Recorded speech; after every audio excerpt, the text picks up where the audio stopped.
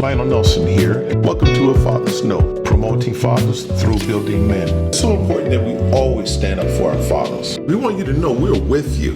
We're standing behind you 110%. I don't want to beat this subject up because this is right now at this stage, this is pretty much an old subject and to some people, but it's still an issue no matter how you look at it. So it was so funny was that, I don't want to say funny, the amazing thing that someone had left, a woman had left by the name, her last name is Wilkins, had left a comment, a very lengthy comment on this particular video. And I want to share this comment with you all. And because some of you may not understand, okay, you're saying, well, Carry On, he's 32 years old. He ought to get over it. He ought to go on with his life, leave his dad alone, what have you, so forth. Okay, well, you know what? That's your opinion. And that's how, but see, that's because you don't really understand. You really don't understand the magnitude of what's going on in this young man's life. And I'm going to show you right here. I want to give you an example of this here. So this is, it's kind of long, but I promise not to bore you at all. But I want to read this, share this with you. Okay, and this is from Miss Wilkins. It says that dad verbally abused mom and the other 6 kids. Me, the oldest, he just literally ignored. Because I was emotionally strong, he couldn't break my spirit. He chose to literally pretend I did not exist. I thought I had healed. Listen to this now. I thought I had healed and was okay until he died when I was 60 years old. That's when she thought she was being strong. Let me keep going here because I don't want to take away from it. But 60 years old, she realized she wasn't healed. Okay. I almost died from a broken heart.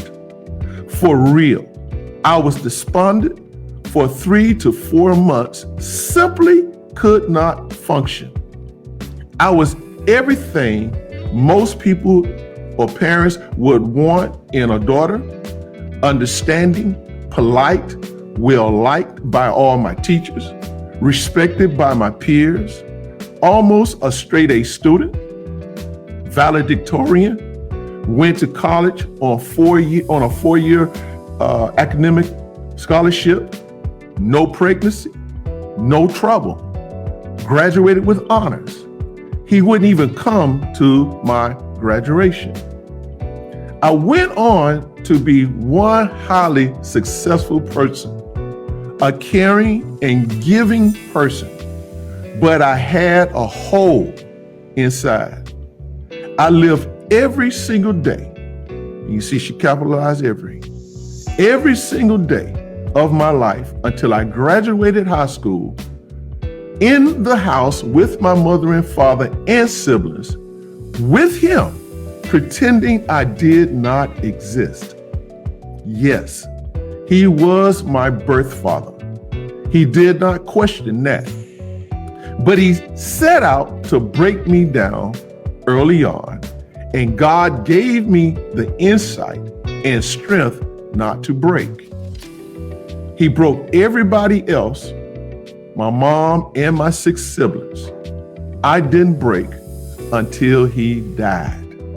And I realized he would never see me, acknowledge me, or tell me he was proud of me.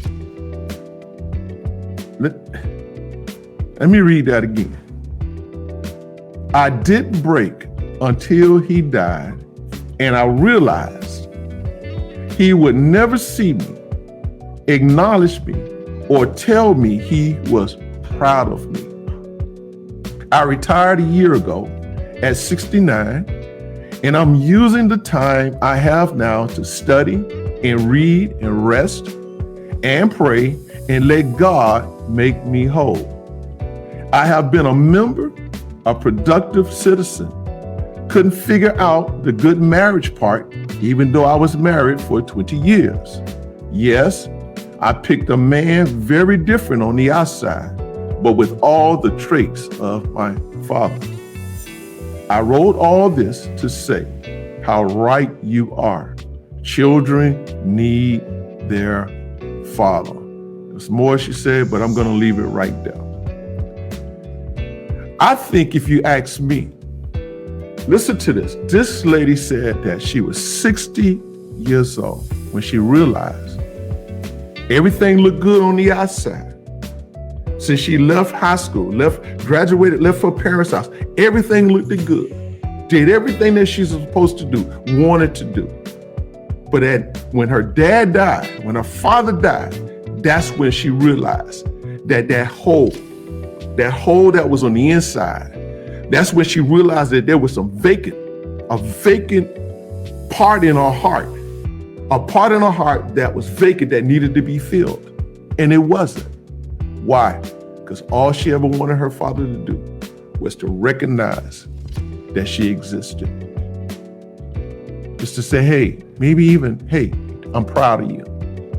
I'm proud of you. But she never got that. Now what she's doing, she's turning to God for healing. So I'm here to tell you all, those of you who are going through, and there's no doubt, at 60 years old, that's when she realized she had experienced the fatherless daughter syndrome. And that's what, we've come to realize that's what it's called, okay? But she needed healing too. She's an adult, 60 years old. 60 years old. And she said it traumatized her when her dad died. Why? Because she would never get to hear him say, I love you, I'm proud of you, great job, hey, you're an awesome daughter, or you're the best thing to a slice of bread. I don't know what I say. But that moved me. And she heard my video about Daddy, I Need You. And she's not the only one that commented on it. I've had a couple of others, but 60 years old, she realized that she still had a hole in her heart because of her father. Now he was there. And I think this is the problem with Kirk and Carry-On. Yeah, Kirk is there. He's there, but he may be there in Carry-On's eyesight. He's there for everybody else. He's not there for me. He's not there for me. Fathers, you need to get in your place. This is going to be a short broadcast tonight, I believe, unless y'all have a question or y'all have something you want to say. But that's why we're talking about fathers are essential. They're important. If that doesn't prove, if this testament by this lady doesn't prove the importance of a father in a child's life, then I don't know what y'all smoking. I really don't. If you don't think that, it's crazy. Fathers are needed. Fathers are responsible for molding their children. They're responsible for building character in their children. Okay, and this goes to show, even if you're in the house, but if you're not engaged, not involved in your child's life, you're hurting them. And because you're all caught up and wrapped up in your stuff, I know how difficult it can be. I made them same mistakes as well. But when I come to the conclusion to realize, you know what, no, I'm not doing right by my son, then I need to change that. I need to do something about it. You got to get involved in them. You got to get engaged with their life because you do affect a child's life.